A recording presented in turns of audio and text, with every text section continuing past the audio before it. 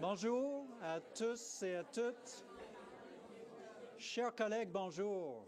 Merci. On est bien au frais à l'intérieur. Chers collègues, bonjour. J'ai le grand plaisir d'ouvrir cette séance plénière au Musée McCord, organisée par le Groupe d'histoire de Montréal et la Société historique du Canada, et parrainée par le McGill Institute for the Study of Canada, l'Association canadienne pour l'histoire des affaires, le Musée McCord, bien sûr, et le Centre de recherche interdisciplinaire en études montréalaises. Et de vous présenter notre conférencière d'honneur, Michel Dagenet. Professeur au département d'histoire de l'Université de Montréal, Michel est peut-être le mieux connu pour son livre « Montréal et l'eau », une histoire environnementale qui a été traduit avec le titre « Montreal, City of Water ». Dès sa sortie en 2011, ce livre s'est imposé comme l'un des ouvrages incontournables pour comprendre l'histoire de Montréal.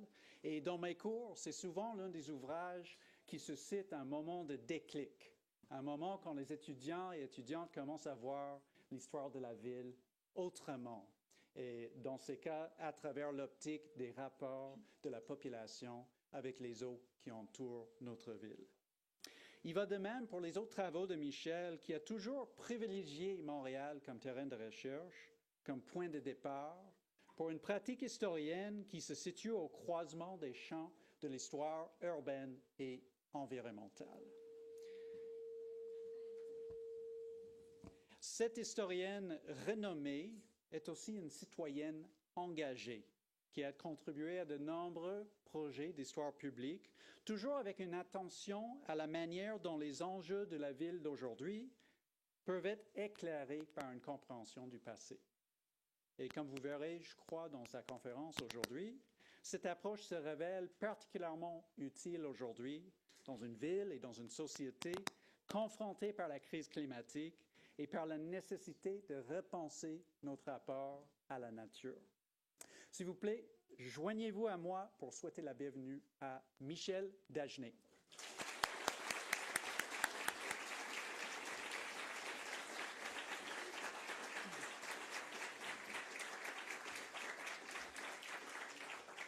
Bonjour à tous et à toutes. Merci Daniel pour ce beau mot d'introduction très sympathique. J'en profite tout de suite parce que je vois qu'il n'y a pas beaucoup d'écouteurs dans la salle. Vous savez que la conférence est en traduction simultanée. Alors, je vous invite, si ce n'est déjà fait, à utiliser les écouteurs au besoin pour apprécier pleinement cette conférence. Donc, je vais dire quelques mots d'introduction. Fait que si vous voulez aller vous chercher des écouteurs, ne vous gênez surtout pas. Donc, l'automne dernier, Elsbeth Iman m'a lancé l'invitation à donner la conférence plénière d'aujourd'hui. Et à ce moment-là, elle a émis le souhait que ma présentation puisse établir des liens entre le thème du congrès, le climat de l'histoire, et l'histoire de Montréal. Elle m'a aussi suggéré d'organiser ma conférence en parcourant cette histoire à la lumière des travaux que j'ai réalisés au cours de ma carrière sur l'histoire de Montréal. Nos échanges se sont poursuivis autour d'un café où je lui ai fait part de ma décision d'aborder aussi la nouvelle recherche que j'ai commencée sur le mouvement Mobilisation 6600. Il s'agit d'un mouvement qui, à mes yeux, est crucial pour saisir l'histoire de Montréal dans ses articulations avec le passé et le présent, mais aussi comme porteur d'alternatives pour le futur. Dans les minutes qui vont suivre, c'est pas mal toute cette matière que je vais vous présenter. Mais avant, je souhaite remercier Elsbeth Iman et Don Nerbas pour leur soutien dans la préparation de la conférence d'aujourd'hui. Merci aussi à tous les organismes commanditaires qui ont rendu l'événement possible.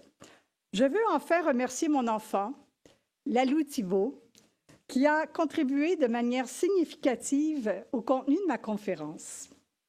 Alors voilà, c'est parti. Dans son désormais célèbre texte « Le climat de l'histoire », Dipesh Chakrabarty nous enjoint à réfléchir à la manière dont la question climatique affecte l'histoire. Il soutient que la crise climatique dans laquelle nous sommes plongés nous oblige à repenser nos façons de faire. Face à l'avenir incertain, bloqué qui est le nôtre, Nous, les historiens et historiennes, faisons face à un nouveau paradoxe. Notre conscience historique, qui avait l'habitude de sonder le passé, le présent et le futur pour y découvrir une certaine continuité dans l'expérience humaine, serait dorénavant obligée d'imaginer la possibilité d'un monde sans humanité. La division entre histoire humaine et histoire naturelle qui a conditionné l'histoire ne serait plus possible, puisqu'il y a un risque sérieux que le devenir humain s'épuise dans celui de la planète. Il faudrait donc déconstruire l'expérience de l'Homo sapiens et envisager une histoire qui englobe les relations entre humains et non-humains, au lieu de concevoir l'histoire à partir de différents universaux factices, tels la liberté, la démocratie, la civilisation. Il faudrait donc travailler dans l'ombre d'une véritable universalité qui entraîne dans un grand mouvement l'entièreté de la planète. De cela découle la proposition de Chakrabarty d'écrire une nouvelle histoire universelle, mais une histoire universelle négative, qui serait constituée des divergences et des discontinuités nécessaires pour destituer l'humanité du privilège anthropologique qui a gommé les autres êtres vivants de la planète ou de la chaîne. Petite distraction ici. Ce travail imaginatif, parce que c'est Chakrabarty qui me fait un signe, ce travail imaginatif doit donc nous conduire à adopter un nouveau régime d'historicité planétaire pour faire remonter à un seuil d'intelligibilité le concept de fin imminente, autrement impossible à expérimenter. Plusieurs ont critiqué cette proposition, accusant Chakrabarty de traiter l'humain comme un et de gommer ainsi le rôle du capitalisme et les rapports de pouvoir interhumains qui ont rendu possible cette domination de l'humain sur tout le vivant. Or, Chakrabarty, comme historien du postcolonial, ne nie pas les inégalités ou les systèmes de pouvoir, mais enjoint à penser en deçà et au-delà. Cet appel m'interpelle particulièrement en tant qu'historienne des villes et de l'environnement. Mes travaux des 30 dernières années ont cherché à reconstituer les processus de co-construction des sociétés et de leur environnement, c'est-à-dire de montrer comment les humains construisent leur environnement, tout comme les façons dont cet environnement participe aux dynamiques sociales et aux relations de pouvoir. J'ai d'abord mené cette démarche sur le terrain du pouvoir municipal. J'ai montré comment la nouvelle forme de gouvernement urbain qui se développe au milieu du 19e siècle à Montréal va mener à une nouvelle gouvernementalité, c'est-à-dire une nouvelle façon de gouverner. Mon projet était aussi inspiré par une volonté de rematérialiser l'histoire. Il ne s'agissait pas simplement de reconstituer l'histoire des aspects matériels de la gouvernance montréalaise, mais plutôt de mettre au jour combien la mise en forme des conditions concrètes d'existence participe du mode de gouvernement de la ville et de sa transformation. Cette façon de concevoir l'histoire des villes comme produit de composantes matérielles et sociales interreliées a donné lieu à la publication de mon livre « Faire et fuir la ville », livre qui reconstitue le processus de développement des espaces publics de culture et de loisirs à Montréal et Toronto au 19e et 20e siècle. Mon étude de ces lieux en milieu urbain a été complétée par celle de la villégiature en milieu suburbain, révélant ainsi la centralité du rôle accordé à la nature dans les diverses façons de faire et de fuir la ville. Éléments mobilisés dans l'aménagement d'espaces de loisirs, la nature, réelle et imaginée, est mise à contribution tant dans les jardins, les parcs ou les terrains de jeu, que dans le développement des pratiques récréatives à la périphérie de Montréal.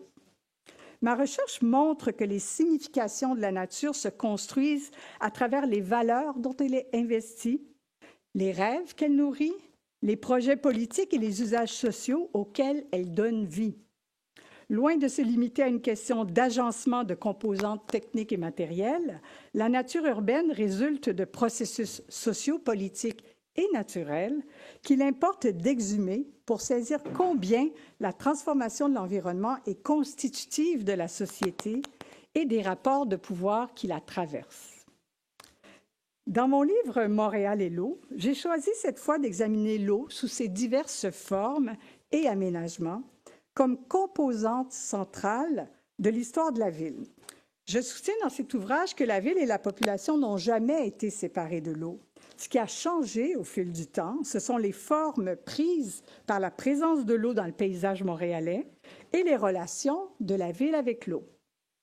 En 2015, quelques mois après que le maire de l'époque, Denis Coderre, eut baptisé Montréal une ville d'eau, en proclamant la fin de l'époque où le Saint-Laurent servait de dépotoir, la mairie a pourtant autorisé le déversement de 8 milliards d'eau usée dans le fleuve qu'il avait pourtant promis d'épargner. Les vives critiques qui fusent alors attestent bien sûr de la sensibilité de la population à l'égard de la protection de l'eau, mais aussi de leur lien étroit avec le fleuve, autant sur le plan physique, social qu'identitaire. En fait, l'eau a incarné toutes sortes de rôles dans l'histoire de la ville. Elle a toujours constitué un enjeu de taille face auquel une gouvernementalité s'est épanouie à partir du développement d'infrastructures et de solutions qui visaient précisément la constitution d'un environnement à la ville de Montréal. Plusieurs institutions relatives autant aux activités économiques qu'aux services publics ont organisé un environnement transformant l'eau en un instrument de pouvoir. Ainsi, en amont comme en aval de Montréal, ce qu'on appelle les barons de l'industrie et du commerce ont convoité cette masse d'eau et d'énergie qu'est le fleuve pour alimenter les usines et construire un grand carrefour de circulation de marchandises, de capitaux et d'humains. Cela s'est traduit par la construction du canal de la Chine, l'aménagement du port et de plusieurs kilomètres de quais. La transformation de l'eau vive en eau courante qui circule à travers l'espace urbain au moyen de tuyaux et de conduits a fait de cette eau courante une technologie de pouvoir. Ainsi modifiée et distribuée, l'eau est devenue le moyen par excellence pour les autorités municipales d'urbaniser les populations comme les territoires et de les raccorder ensemble. Au-delà de leurs retombées pratiques, les réseaux d'eau potable et usée ont consolidé l'idée d'un espace politique spécifique en reliant tous les individus entre eux. En même temps, le mode de raccordement choisi, de logement en logement, a eu pour effet d'individualiser les citoyens qui sont partie intégrante de cet espace politique montréalais.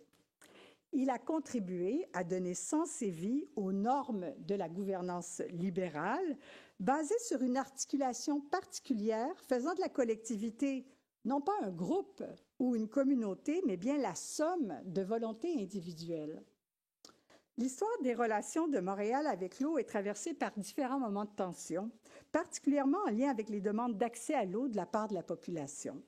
La période morose des années 1980-1990 est favorable à la redéfinition de la représentation du Saint-Laurent et de ses liens avec la ville. Dans la foulée de la désindustrialisation, de nombreuses installations industrielles et portuaires sont laissées à l'abandon. Elles offrent un paysage désolant qui montre bien que le fleuve et les rives ne remplissent plus leurs fonctions économiques. Nombreuses, les critiques blâment les autorités d'avoir sacrifié et dénaturé le fleuve Saint-Laurent pour répondre aux besoins de l'économie, finalement. Les demandes de réappropriation des rives à des fins sociales et récréatives émergent. Le fleuve devient un des sites à partir duquel on revendique le droit à la ville, c'est-à-dire le droit de participer à la définition des enjeux et des aménagements urbains.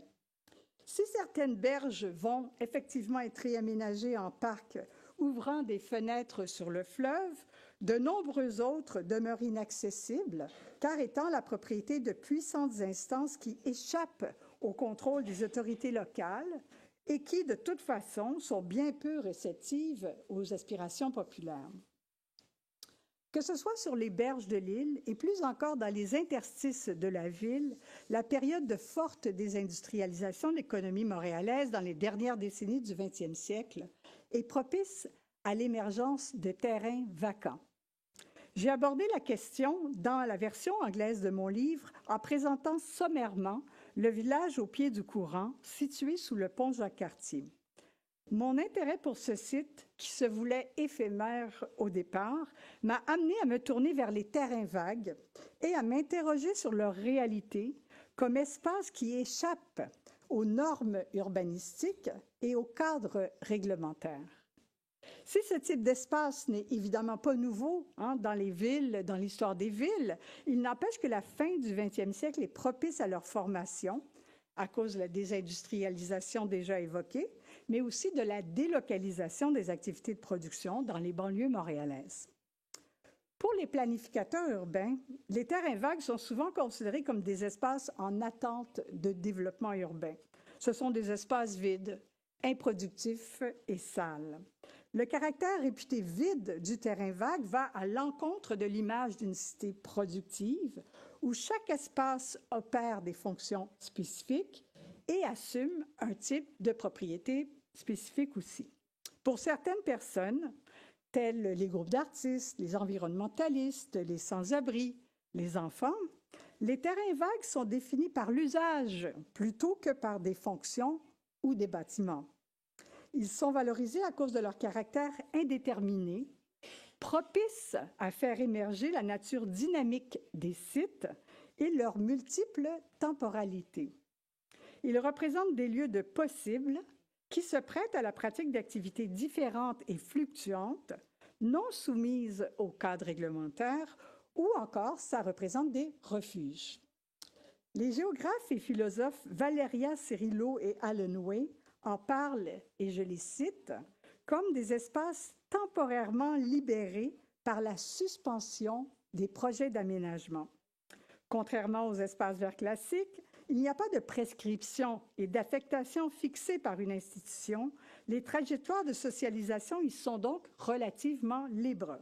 De nouveaux usages et des relations inattendues et immanentes peuvent s'établir entre les territoires et les personnes qui les traversent. Ce type de territoire, poursuit-il, ce type de territoire comme en suspens, permet en somme d'inventer de nouveaux rapports au monde, cohabitation multi-espèces, autogestion et apprentissage, création et transmission de nouvelles valeurs. Ce sont des aspirations semblables, me semble-t-il, qui animent le mouvement Mobilisation 6600, dont je veux vous parler maintenant. Dans sa mobilisation, justement, pour la protection des espaces sauvages urbains dans le quartier ouvrier d'Hochelaga-Maisonneuve. Ce qui a donné naissance à ce mouvement de mobilisation qui existe déjà depuis 2016, c'est en partie un de ces territoires en suspens. Il s'agit d'un vaste secteur d'environ 75 hectares, laissé à l'abandon dans le contexte de la désindustrialisation. Ce territoire est situé dans le quartier Hochelaga-Maisonneuve, quartier de l'Est de Montréal, profondément bouleversé par ce processus qui a provoqué la fermeture des installations industrielles et la mise à pied de milliers de travailleuses et de travailleurs. L'abandon des installations a entraîné la formation de nombreux terrains vacants dans le quartier, qui a été déstructuré aussi par la construction de l'autoroute Est-Ouest et la démolition concomitante de tout un secteur résidentiel le long de la rue Notre-Dame. Depuis une quarantaine d'années, la Ville de Montréal a élaboré divers projets de revitalisation industrielle dans le quartier, mais bien peu ont abouti, en partie à cause de la récession économique qui se prolonge pratiquement jusqu'à la fin du 20e siècle, en partie aussi à cause des coûts prohibitifs de décontamination des anciens terrains industriels, décontamination nécessaire au développement de nouvelles activités. Au début des années 2010, un nouveau projet prend forme qui consiste à développer des activités de transbordement de marchandises en vrac destinées à l'international et qui a l'objectif aussi de relancer l'économie de l'exportation, un des piliers de la structure économique montréalaise depuis toujours. Or, ce projet, d'abord nommé Cité de la logistique, se déploie sur un terrain que les habitants ont commencé à s'approprier et qui est en voie de devenir un espace de vie et de survie. Ce projet les inquiète d'emblée car il représente une menace supplémentaire à leur environnement et leur santé, dans un secteur qui est déjà très dégradé. Pour saisir les enjeux de cet affrontement entre deux visions ou même entre deux milieux, il me faut d'abord revenir sur l'histoire du port et de son articulation à la ville. Le port est un des acteurs majeurs de la vie économique montréalaise depuis 200 ans. Comme bien d'autres villes situées sur les rives d'un cours d'eau important, Montréal s'est développé en relation étroite avec, dans ce cas-ci, le fleuve Saint-Laurent. Ce qui est particulier à la situation montréalaise, c'est que le port a toujours servi de point de jonction ou d'interface dans le système Grand Lac-Saint-Laurent, et il constitue donc un point de passage obligé de ce système. Depuis le 19e siècle, le port est en outre bien connecté au réseau ferroviaire et au réseau routier. La bourgeoisie marchande et la bourgeoisie industrielle, parfois de concert, parfois en rivalité, se sont employés à aménager les rives du fleuve face au centre-ville pour y développer des installations portuaires et des entreprises industrielles qui ont permis à Montréal de devenir la métropole canadienne pendant une petite centaine d'années. Toute la façade maritime de Montréal a ainsi été mise au service de ses intérêts économiques et profondément redessinée dans ce contexte. Jusqu'aux années 1960, on peut dire que le port était étroitement lié à la ville et très présent dans la vie des Montréalais et des Montréalaises. Or, les activités portuaires sont fortement ébranlées à la fin des années 1950 parce que le port perd sa fonction de point de jonction avec l'avènement en 1959 de la voie maritime du Saint-Laurent, qui est aménagée sur la rive sud, opposée à Montréal, ce qui permet aux navires de passer outre leur port dans leur déplacement depuis l'Atlantique jusqu'au Grand Lac. Le port entre alors dans une période de déclin et pour assurer sa survie, il se reconvertit dans la manutention de conteneurs. Ce faisant, ses activités se déplacent vers l'est, là où se trouve suffisamment d'espace pour y aménager les installations nécessaires à cette manutention de conteneurs.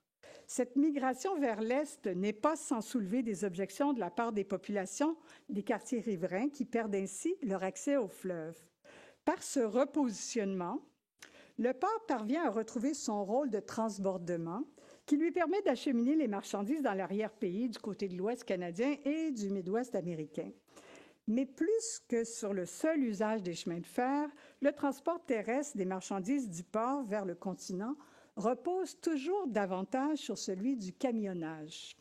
De ce fait, le déploiement des activités portuaires requiert davantage d'espace, un des facteurs qui explique la poursuite de son étalement vers l'est sur des portions de terrain en rive peu utilisées jusqu'au début des années 2010. C'est donc dans ce contexte que le port entreprend un plan de développement qu'il nomme « Cité de la logistique » dans le secteur Viau et l'Assomption, avec l'ambition de parvenir à consolider la vocation du port de Montréal comme grande porte d'entrée continentale. Ce plan réunit, outre le port, l'entreprise de camionnage Raymond Logistique, spécialisée dans le transbordement et l'expédition des denrées agricoles. En 2016, l'entreprise acquiert un vaste terrain vacant depuis 2004, situé à proximité des installations du port dans l'Est. Son projet d'y implanter une plateforme logistique intermodale lui permettrait de pouvoir réceptionner et expédier les marchandises des wagons de train à des conteneurs destinés notamment à l'exportation par bateau. Qu'entend-on exactement par le terme logistique? À la base, la logistique signifie l'art de la circulation efficace. C'est une pratique qui a été développée en temps de guerre afin d'acheminer des marchandises, des armes et des hommes d'un point à l'autre. Cette pratique est devenue centrale dans l'économie capitaliste mondialisée qui repose sur la circulation de plus en plus rapide des ressources et des marchandises en provenance généralement des pays les plus pauvres vers les pays les plus riches. Au milieu des années 2010, le projet de Cité de la logistique bénéficie de l'appui de la Ville de Montréal, qui voit là une occasion de redynamiser le quartier Hochelaga-Maisonneuve et d'aider le port à maintenir son rang. En partenariat avec le ministère provincial des Transports et l'administration portuaire, la municipalité prévoit aménager de nouveaux liens routiers qui permettent d'une part de connecter le port à l'entreprise Raymond Logistique par la construction d'un viaduc aérien et d'autre part de lier plus directement le port au réseau routier métropolitain. À cette fin, il est envisagé de créer de nouveaux tronçons de rue pour raccorder le boulevard de l'Assomption, l'avenue Souligny, la rue Notre-Dame-Est et le port. Ce projet de Cité de la logistique est aussi porté par le gouvernement provincial du Québec qui s'inscrit dans sa stratégie maritime, une stratégie destinée à développer l'économie québécoise en misant sur le fleuve. Reprenant à son compte un argumentaire en tout point semblable à celui des grands commerçants et armateurs du 19e siècle, le gouvernement entend positionner le Québec, et je cite, comme plaque tournante du commerce transatlantique grâce à la présence de la voie de navigation du Saint-Laurent. On remarquera ici qu'on ne parle pas du fleuve, mais bien de la voie de navigation, assignant au fleuve d'emblée ce rôle. Le projet de Cité de la logistique est élaboré en faisant fi des réalités du voisinage où il doit s'implanter, composé notamment de secteurs résidentiels, dont certains situés à une centaine de mètres.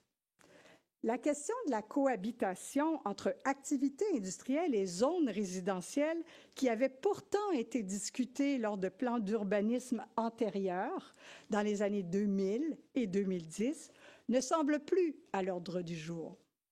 D'où la vive inquiétude des habitants du secteur qui ont vent du projet au moment où la compagnie de camionnage amorce les travaux de décontamination du futur site de transbordement. Les riverains et riveraines entreprennent donc de se mobiliser à l'été 2016, alors que leurs échanges avec les autorités municipales leur confirment qu'aucun mécanisme de consultation de la population locale sur ce projet n'a été prévu. À la fin de cette année-là, il lance donc une pétition pour demander que soit organisée une consultation publique en bonne et due forme afin d'examiner le projet de développement des activités industrialo-portuaires dans le secteur et ses impacts sur la qualité de vie de la population. La pétition, qui circule de porte en porte pendant une dizaine de semaines, récolte 6 600 signatures, soit plus que les 5 000 signatures qui étaient nécessaires pour obtenir la consultation. Fier des milliers de signatures recueillies, le groupe à l'origine de cette démarche adopte donc le nom de Mobilisation 6600. À l'été 2018, la Ville doit donc organiser cette consultation publique sur les orientations de développement économique du secteur, désignée sous le nom de Assomption Longue-Pointe, mais finalement, la consultation est repoussée jusqu'en février 2019. Dans ce cadre, la Ville dépose elle-même un document de planification intitulé « Écoparc industriel de la Grande Prairie », le nom de Grande Prairie faisant écho à celui d'un ruisseau largement enfoui qui traverse le secteur. La Ville y explique vouloir redonner vie à un quartier qui a été historiquement un des pôles importants de l'industrie de la fabrication, du côté des fonderies, du matériel de transport ferroviaire, des chantiers maritimes, des raffineries pétrolières, des électroménagers notamment. La Ville souhaite donc saisir l'occasion de transformer les vastes terrains vacants sous-utilisés en des territoires productifs afin d'assurer la relance économique de l'Est de Montréal.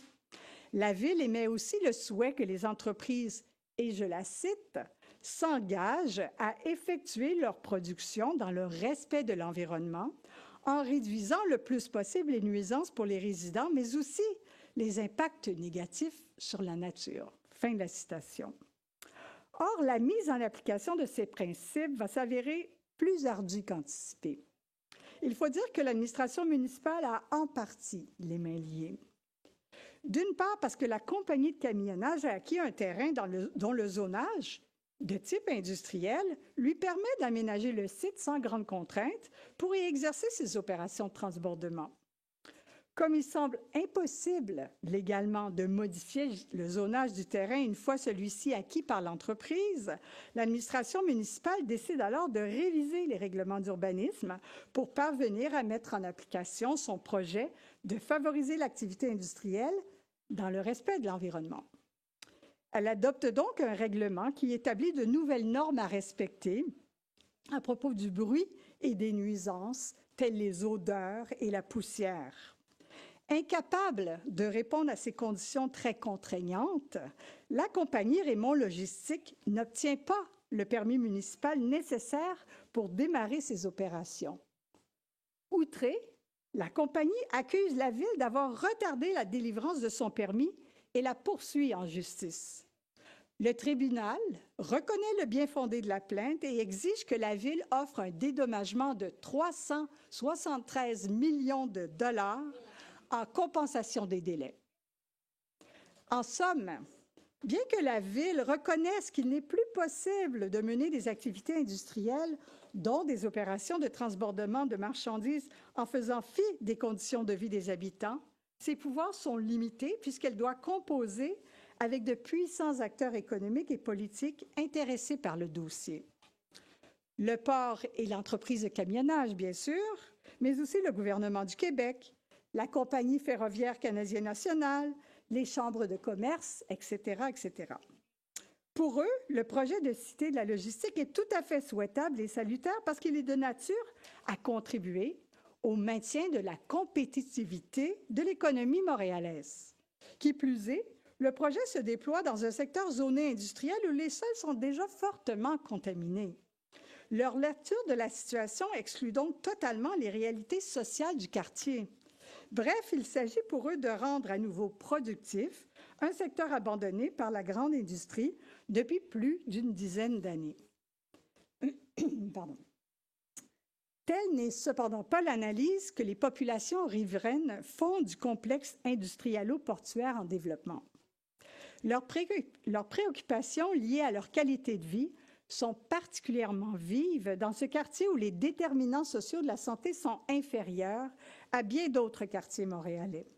Des préoccupations qui s'accroissent en outre dans le contexte des bouleversements climatiques qui les affectent particulièrement. Elles font aussi valoir qu'en plus de générer des nuisances considérables, les activités du pôle logistique n'auront pas de retombées positives pour les habitants du quartier. De fait, peu d'emplois seront créés et ceux qui seront offerts seront faiblement qualifiés. En somme, la requalification du secteur repose sur l'exploitation d'un territoire local afin de répondre à des logiques commerciales à l'échelle mondiale et profite à des intérêts globalisés. Il faut dire aussi que les terrains abandonnés par les diverses entreprises se sont transformés au fil du temps. Dans les ruines des entreprises industrielles, des milieux humides ont ressurgi, de jeunes boisés ont pris vie, diverses espèces d'oiseaux et d'insectes s'y sont installées et une flore variée s'est mise à pousser. De fait, bien des espèces sont capables de s'ajuster et de proliférer en contexte urbain à partir du moment où les pressions aménagistes s'atténuent. Ce sont donc des friches en voie de réensauvagement, un concept sur lequel je vais revenir dans quelques instants. Donc, il s'agit de friches en voie de réensauvagement que les militants et les militantes de Mobilisation 6600 veulent défendre et qu'ils occupent depuis bientôt 8 ans. Mais de quel territoire s'agit-il au juste? Il en existe différentes définitions, mais comme l'a expliqué José Desmeules dans la présentation du mémoire de Mobilisation 6600, lors de la consultation publique organisée par la Ville de Montréal sur son plan d'urbanisme et de mobilité, et je la cite, « Lorsqu'on rêve de notre parc nature, il existe 2 formats. Dans sa version la plus modeste, qui correspond ici au périmètre en rouge, ce parc nature inclut les Boisés Sainte-Berg, Vimont et Grace Dart, le terrain Assomption Sud ou Raymond Logistique, la friche ferroviaire Viauville ou la gare de triage Longue-Pointe et 3 corridors verts. À l'ouest, l'antenne Longue-Pointe, À l'est, l'emprise ferroviaire Souligny et vers le nord, l'emprise ferroviaire vers le secteur Espace pour la vie. Elle poursuit. Notre rêve de parc nature grand format s'étire plus loin vers l'est. Il inclut aussi le périmètre marqué par des lignes oranges. Ce parc nature plutôt grand format inclut, en outre, les terrains inutilisés du côté ouest de la rue Dixon, le terrain en friche au coin de Dixon et Souligny, où la STM prévoit installer un nouveau dépôt pour ses autobus électriques, la friche du Beau, le parc Rougemont dans Guibord. Dans ses limites étroites, comme dans ses limites larges, ce vaste espace, tantôt nommé la friche, tantôt le terrain vague, devient le parc nature lors d'une inauguration symbolique organisée par Mobilisation 6600 en décembre 2021. Cette cérémonie va conférer une personnalité au site, le rendre public et visible. Ainsi, la lutte de Mobilisation 6600 contre les projets industriels, c'est aussi une lutte pour pérenniser les derniers espaces verts d'Hochelaga-Maisonneuve. Le mouvement s'incarne au travers d'une foule d'actions qui inclut des campagnes de plantation d'arbres, le recours à la phytoremédiation pour dépolluer les sols, des corvées de collecte de déchets tous les printemps, des visites de terrain, parfois en compagnie d'ornithologues ou de botanistes, qui permettent de découvrir et de nourrir des échanges sur la faune et la flore présentes. Une portion de la friche est aménagée en jardin vague, où sont cultivés des légumes et des plantes dans des bacs et qui se veut être, et je cite, un jardin libre inspiré de la tradition militante de l'agriculture urbaine ou le Green Guerrilla. Plus que l'aspect nourricier, poursuit la citation, l'agriculture urbaine est perçue comme une pratique émancipatrice et créatrice d'espaces communs. Fin de la citation. La friche est donc occupée et utilisée de manière continue et soutenue. Pour ses usagers et ses usagères, elle constitue un moyen concret de contrer la destruction des écosystèmes et de résister à la crise climatique, voire d'assurer en partie l'autonomie alimentaire de la population du quartier. Chaque année, le groupe organise en outre une semaine d'action autour de thématiques qui permettent à la fois d'apprendre à connaître la friche, sa faune et sa flore, de réfléchir aux réalités des terrains vagues, comme ce fut le cas lors du camp climat en juin 2023, intitulé « Le monde des terrains vagues ». C'est aussi l'occasion d'organiser des activités d'apprentissage politique, dont des formations sur la désobéissance civile. De jour en jour, de semaine en semaine et d'année en année, s'est ainsi développé le projet de défendre la friche comme espace vert, espace libre, espace sauvage urbain. Le caractère indiscipliné et spontané des autres vivants qui y prolifèrent est fondamental. Il constitue une source d'inspiration en montrant comment ils fabriquent, avec ou sans les humains, des lieux habitables et désirables. D'où l'importance de laisser libre cours au caractère sauvage. Mais que signifie cette défense ou protection du caractère ou de la nature sauvage? Les espaces qui possèdent un caractère sauvage, comme l'explique le géographe Andreas Malm, et je le cite, permettent d'entrevoir la possibilité d'une vie au-delà du capital. Or, poursuit-il, il n'est pas nécessaire de se réclamer d'une nature vierge pour trouver des ressources d'autonomie dans la nature. Dans la phase actuelle du capitalisme tardif, les poches de nature relativement sauvages ont une valeur inestimable en tant que rappel d'un autre ordre des choses. Cette approche rejoint l'idée du réensauvagement qui est préconisée par la communauté du Marais Wells à Bruxelles et qui est définie comme suit et que je cite. Le réensauvagement vise la restauration des processus naturels des écosystèmes et la réduction des contrôles humains sur les paysages. Ce qui est visé est moins le retour à une nature passée et vierge de toute empreinte humaine que la réparation de dynamiques et de processus écologiques clés et l'autosuffisance des milieux. Le retour actuel du sauvage manifeste alors un paradoxe.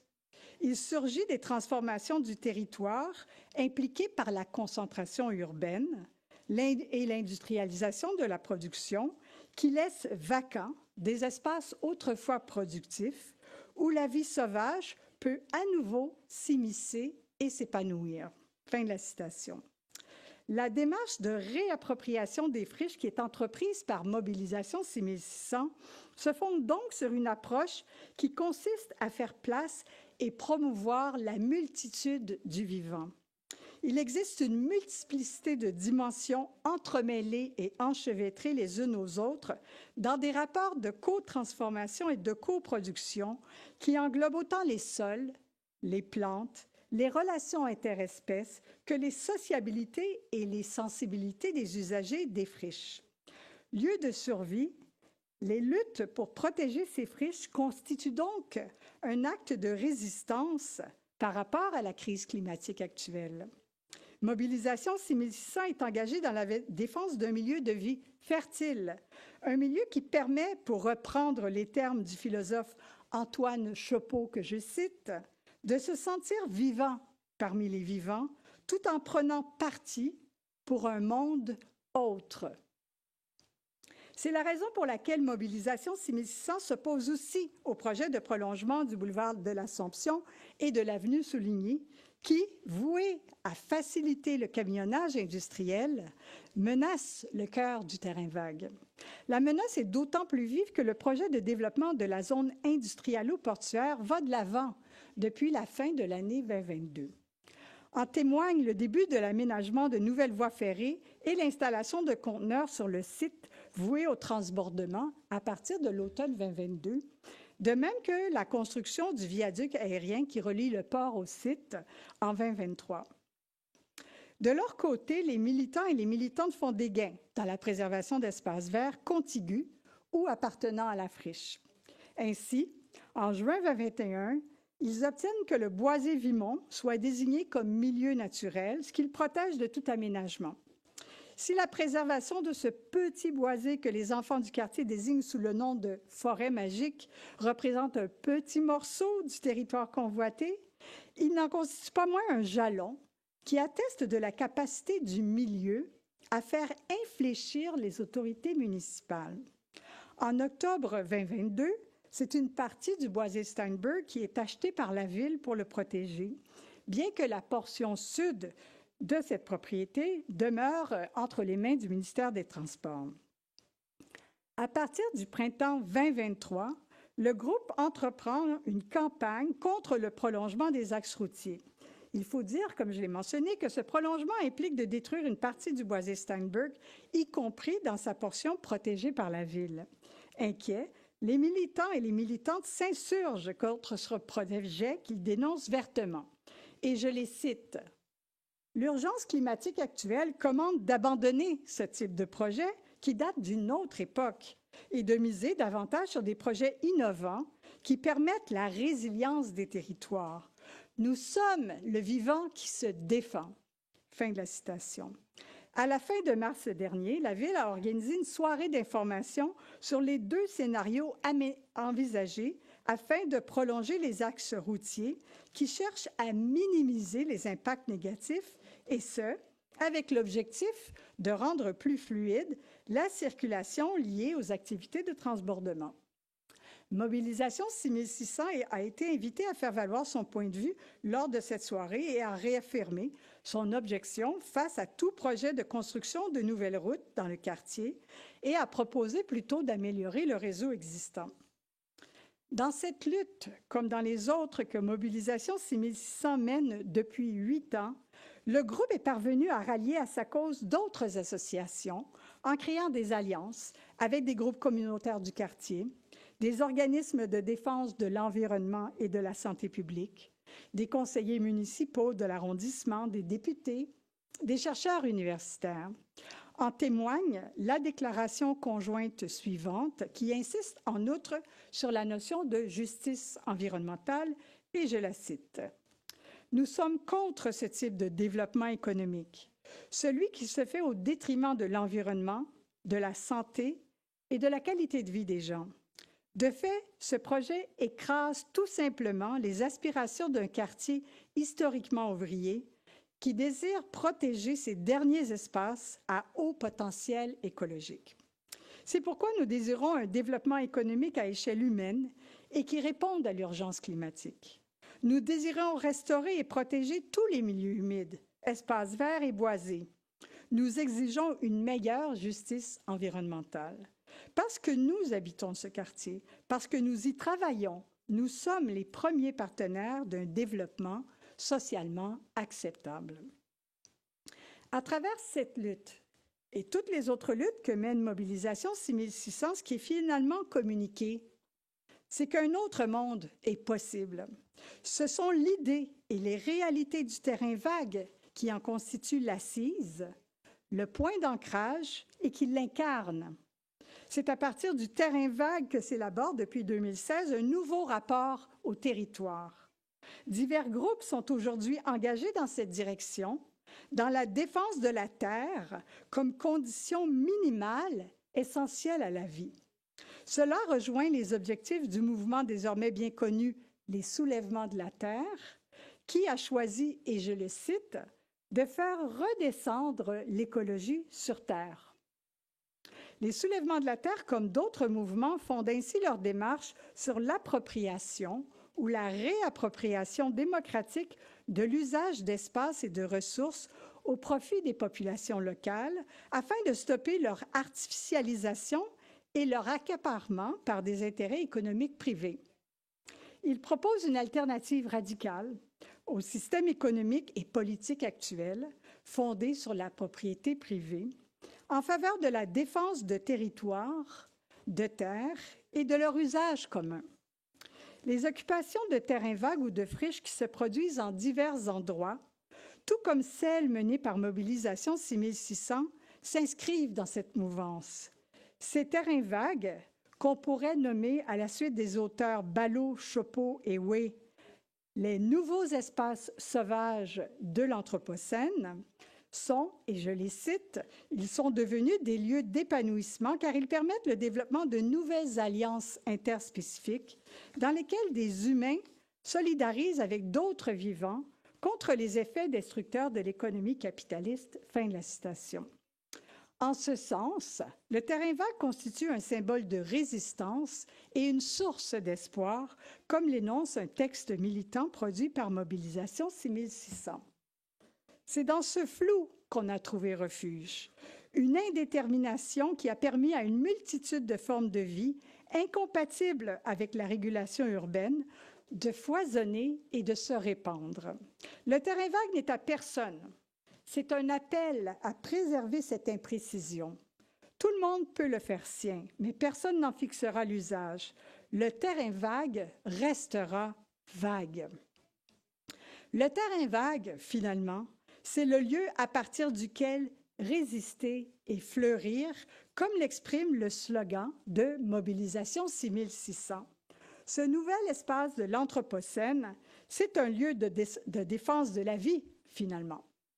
Pour conclure, ce n'est pas la première fois ou la seule fois de l'histoire récente qu'un appel à protéger ou à défendre la vie est lancé. De 2020 à 2023, pendant l'épidémie de la COVID-19, nous avons assisté au déploiement par différents paliers de gouvernement, d'une rhétorique toute spéciale. Le mot d'ordre était, encore une fois, défendre la vie. Mais cette fois-là, on multipliait les métaphores martiales, ce qui aura notamment pour effet de charger l'État d'une nouvelle puissance d'action capable de faire front au cours de la dite guerre sanitaire. En parallèle, un deuxième appel était lancé, cette fois-ci à la population, pour l'enjoindre à s'adapter et à concentrer son effort d'adaptation vers un cap bien précis, aplatir la courbe. En échange, la population recevait un portrait d'elle-même à travers tout un attirail statistique. La série de taux, de courbes et de facteurs de risque qui étaient partagés quotidiennement en construisait l'anatomie de façon à en faire un sujet politique adéquat à la gouvernance d'une gouvernementalité très agressive. Ce nouveau sujet de gouvernement était en somme un système de données utile à l'analyse des experts, avec tout de même un corps propre, démultiplié en bulles sanitaires, forme adaptable aux exigences comportementales bien précises et définies par un groupe d'experts et de décideurs. Évidemment, une telle stratégie de régulation et de massification d'une partie importante de la population a usé de maintes opérations et de rejet d'autres groupes de personnes, ce qui a entraîné plusieurs conséquences tragiques. Pendant la crise de la COVID, défendre la vie, c'était garder le cap, aplatir la courbe, affecter des taux et gouverner une population. Mais pourquoi est-ce que je vous parle de tout cela? Eh bien, c'est qu'il me semble que nous assistons à un moment poignant de l'histoire, où est en train de s'établir un affrontement sémantique et politique dans la manière de concevoir la vie sur Terre.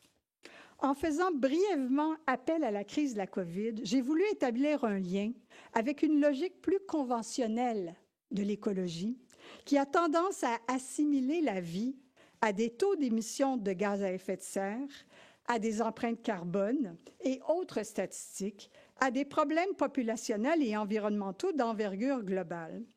Il s'agit de stratégies globalisantes, bel et bien similaires à celles qui ont tenté de défendre la vie pendant la crise de la COVID-19. Face à cela, j'ai tenté de proposer une définition tout autre de la vie, étant celle qui m'a paru être défendue par Mobilisation 6600 lorsqu'il affirme « Nous sommes le vivant qui se défend ». Or, il me semble que c'est tout à fait juste. La résistance d'un terrain vague contre les assauts de la gouvernementalité et du marché constitue précisément l'expression d'une vie qui érige sa défense. Mais alors, on ne parle plus du tout du même type de vie que tout à l'heure. La vie qui prolifère de manière immanente dans les terrains vagues est complètement inintelligible en regard d'une logistique et d'une logique statistique, macrologique et globale.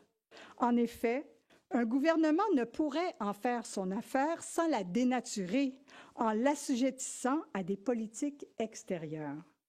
Cette vie est hors d'atteinte de telles politiques et plus encore insécable du point de vue territorial. C'est parce que la vie est profondément ingouvernable que le terrain vague est celui qui est libre de projets d'aménagement et libre des assignations et des affectations venant d'institutions. Le terrain vague est un foyer de vie et la vie est une prolifération du sauvage. Dans le climat de l'histoire, Chakrabarty propose aux historiens et historiennes de développer une conscience planétaire. Or, est-il possible de faire le pont entre l'esprit qui anime Mobilisation 6600 et cette planétarité en développement? L'irrévérence rebelle de ce mouvement, qui se moque des frontières, des douanes et des guerres, pour reprendre l'expression zapatiste, n'implique-t-elle pas directement la Terre au cœur de ces considérations politiques? En fait, les agencements qui conditionnent les territoires ont nécessairement pour effet de soumettre les relations immanentes de chaque milieu de vie à des fonctions construites et contrôlées à l'extérieur de ceux-ci. Cela limite la mise en réseau des différents milieux de vie de la planète, la formation d'un réseau planétaire impliquant forcément une décentralisation radicale des agencements sociopolitiques.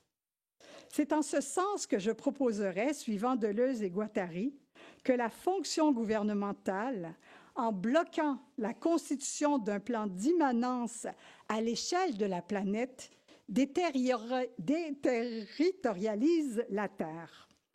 Or, avec Mobilisation 6600, nous assistons justement à une inversion de cette logique territoriale. En usurpant de terres qui ont officiellement le statut de propriété d'État ou de propriété privée, Mobilisation 6600 conteste la territorialité même de ces territoires. Elle les afflige à leur tour d'une déterritorialisation vengeresse. Mobilisation 6600 lutte pour une reterritorialisation de la terre en défendant des localités qui, sans plus passer par le détour d'une administration, d'une ville ou d'une nation, s'ouvre directement au monde entier. Les terrains vagues, les zones d'autonomie autochtone, les ZAD, les zones à défendre investies par les soulèvements de la terre, forment peut-être le cours de l'histoire universelle négative que souhaitait développer Chakrabarty en face d'une condition catastrophique communément partagée.